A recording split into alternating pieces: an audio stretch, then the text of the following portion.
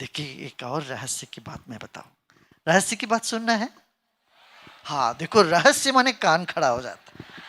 बताओ बताओ क्या रहस्य, क्या है ना। वहां जो पीछे ऊपर बैठे हैं, रहस्य की बात सुनना है। हाँ बिल्कुल रहस्य सुनना चाहिए।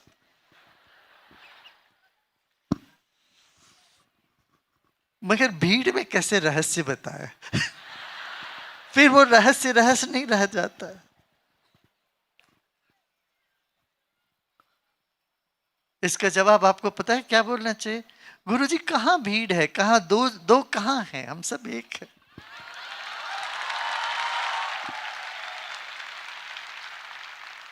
एक ही तो है। अभी आप ही ने बताया बूंद सागर में मिल गया, हम सब सागर सागर ही है एक।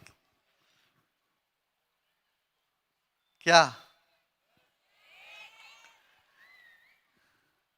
देखो, बुद्धि के अधिपति गणपति, गणपति को तुम मानते हो माने तुम्हारा बुद्धि भी इतनी तीक्ष्ण होनी चाहिए, हर चीज तुमको ऐसे सुलझना चाहिए, हर हर बातों को ऐसे सूझना चाहिए, और खाई मुसीबतों को ऐसे सुलझा सकोगे, इतनी बुद्धि तीक्ष्ण हो। ये भारतीय संस्कृति का एक अनूठा देन है, जहां पर बुद्धि तीक्ष्ण है और भाव कोमल है। और गणपति के हाथ में देखो दोनों है, अंकुश है, अंकुश माने बड़ा तीक्ष्ण है, और कमल भी, कमल में बैठा है।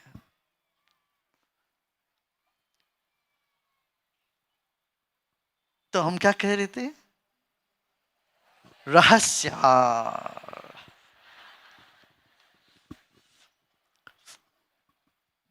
एक खेत को क्या करता, पहले किसान खेत को जोते हैं, सिंचन करते हैं, पानी डालते हैं, फिर बीज बोते हैं ना, फिर फसल उगता है। जमीन से जो फसल उगता है वो शरीर को पुष्टि देने के लिए है ना, शरीर मजबूत होने के लिए हमें खुराक कहाँ से मिलता है, भोजन आहार जमीन से मिलता है। ऐसे मन के लिए जो आवश्यक है, शांति है, प्रेम है, ऊर्जा है, वो कहाँ से हमको मिलेगा? जमीन से नहीं मिलता, वो आकाश से मिलता है। तो आकाश तत्व, जैसे जल तत्व को हम संरक्षण करते हैं, ऐसे आकाश को भी हमें संरक्षण करना चाहिए। आकाश तत्व से हमें आनंद की प्राप्ति होती है। आकाश में आनंद की बीज बोना चाहिए, तब वो उतर के आता है हमारे पास आनंद के रूप। आप पूछोगे कैसे करेंगे गुरुदेव? ये भजन से, कीर्तन से, प्रार्थना से।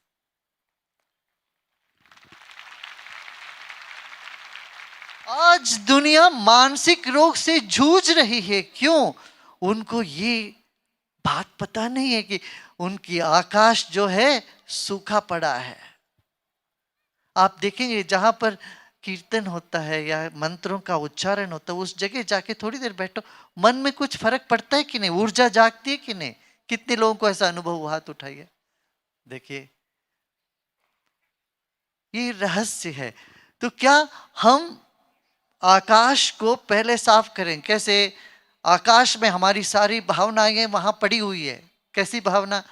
आपकी क्रोध, आपका द्वेष, आपकी चिंता, आपकी जो इतना पोल्यूट करके रखा है हमने आकाश तत्व को, इसलिए चिदाकाश बोलते हैं उसको। चित्त को भी क्या बोलते हैं? आकाश। मन आकाश रूपी है, आकाश से भी सूक्ष्म है मन। उस मन में हमने इतने सारे नकारात्मक चीजें भर रखी है, और रोज रोज हम और नकारात्मक चीजों पढ़ते हैं, न्यूज़ देखते हैं, वो सब क्या है दिमाग में ऐसे हमको एक तरह की गर्मी पैदा कर देते हैं। होता है कि नहीं? रात को सोने से पहले कुछ सारे नकारात्मक बातें सुनो या पढ़ो या कुछ करके तुम सो, नींद गहरी नहीं हो सकती है, नहीं होती है। आपने देखा कितने लोगों को ऐसा अनुभव है? हाँ? कम से कम रात को सोने, दिन में पढ़ना, इधर देखना पड़ेगा, वास्तव है वो, उसको देखना पड़ेगा। सिर्फ एक रोजी पिक्चर लेके चलने से नहीं होगा। रोग पता चले तो उसका निदान भी कर सकते हैं, है ना। मगर सोने से पहले मत क्या करो, रात को सोने से पहले गणपति को याद करो।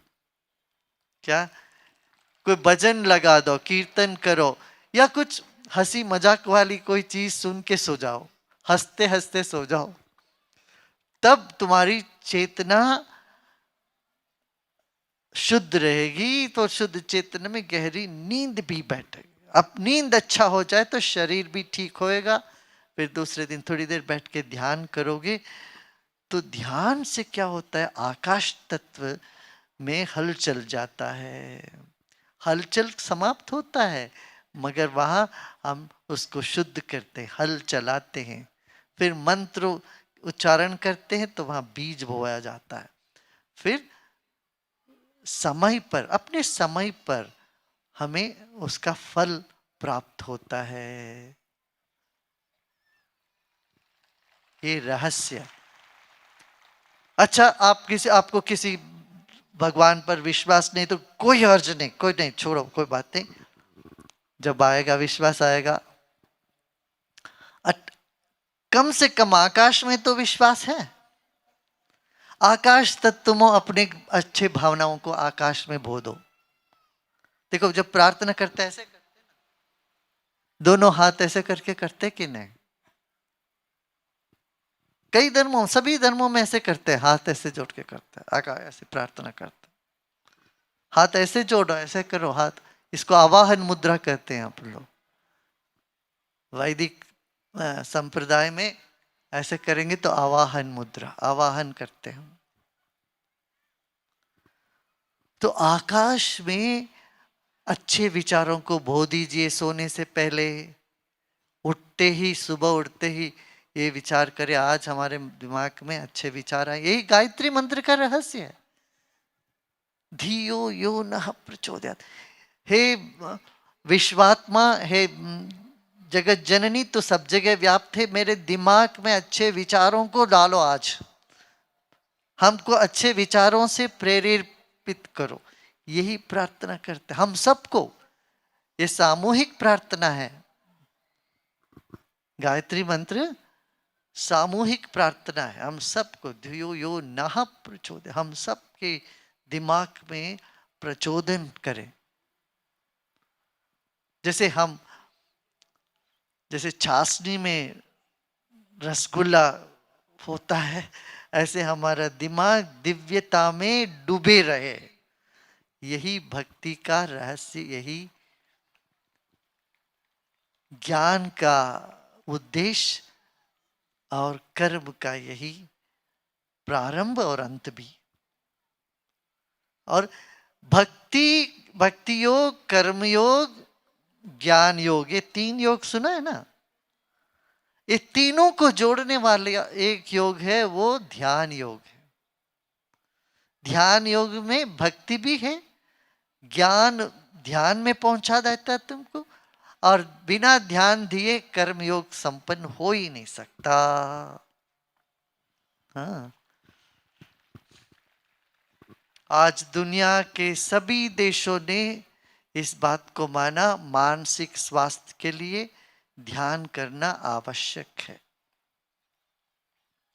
आपको पता है मुझे ये आर्ट ऑफ लिविंग नाम क्यों रखना पड़ा? 42 साल पहले। हाँ? कितने लोग को नहीं पता? हाथ उठाइए। हाँ, उन दिनों में यदि हम योग कहते तो लोगों के मन में वही चित्र आता, कोई भस्म लगा के इलाहाबाद में खड़े हैं एक टांग पर। विदेश में योग समझते थे कि ये तो आम आदमी के लिए नहीं, कोई सब दुनिया छोड़ के, हिंदुस्तान में भी सब संसार छोड़ दिया तो जोगी बन गया, योगी बन गया तो चले गए, ऐसे समझते थे।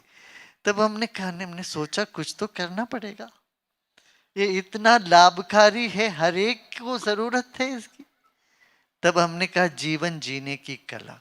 तब लोगों को लगा कुछ तो होगा, ये क्या है इसमें, देखेंगे। और आए तो फंस गए। जीवन जीने की कला सोच के आए, कुछ और है भाई, कला देखते हैं क्या, तो फंस गए। फिर वही प्राणायाम कर रहे हैं, योग कर रहे हैं, ध्यान कर रहे हैं, मगन हो रहे हैं, मस्त हो रहे हैं, नाच रहे हैं सब लोग। जीवन में एक नया आयाम आ गया।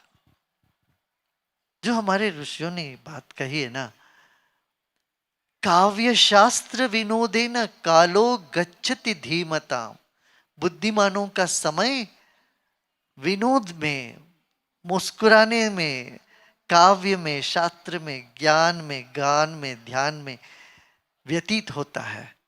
मूर्ख का समय व्यसन में, चुगली करने में, आरोप लगाने में, दुखी रहने में व्यतीत होता है। बुद्धिमान तो हो यहां जो बैठा।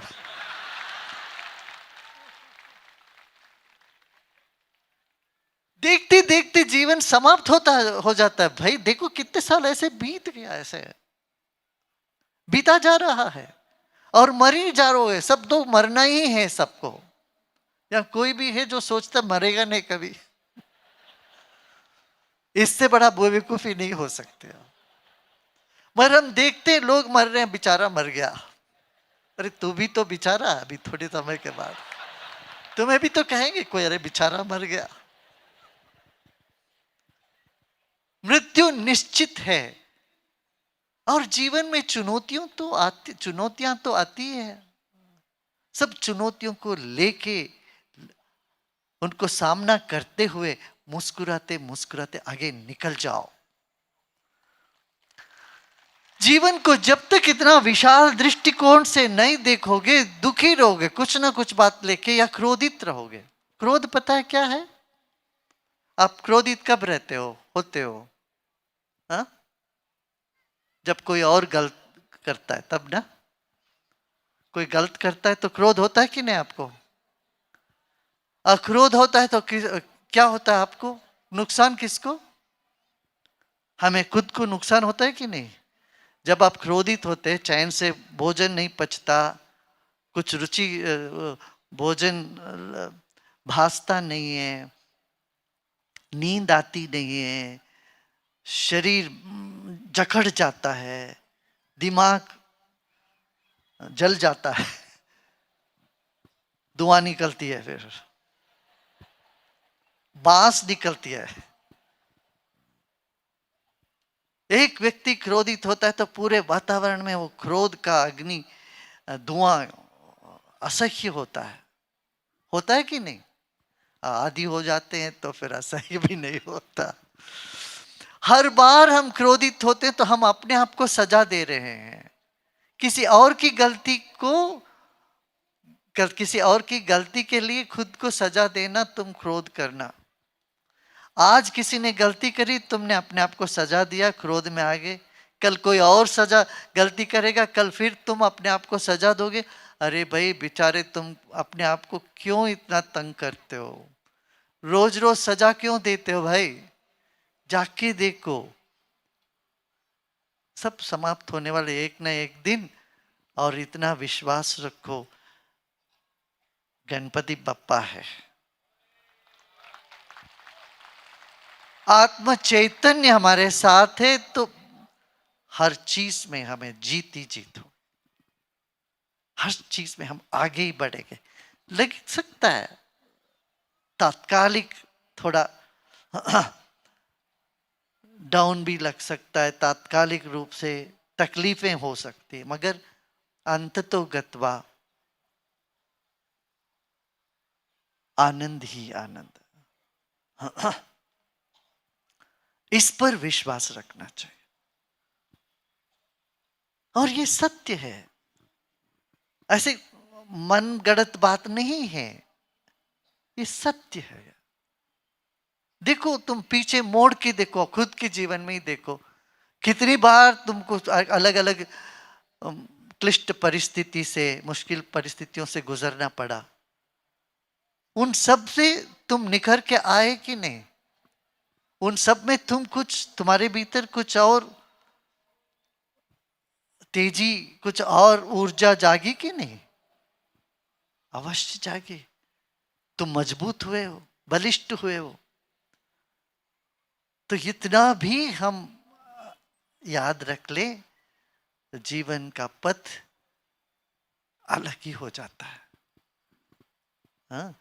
तो आकाश में सद्विचारों को बोने का आदत कर देना, रोज बोल देना अच्छे विचार, और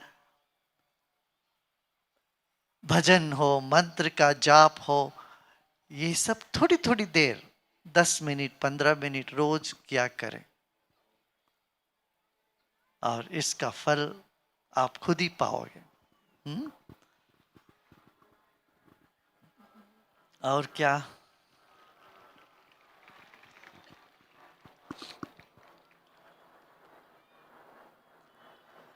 और जितने भी यहाँ पर चार्टेड अकाउंटेंट्स है, लॉयर्स है, मैं आप सबको कहूँगा ये एक बात आपको ध्यान रखना पड़ेगा।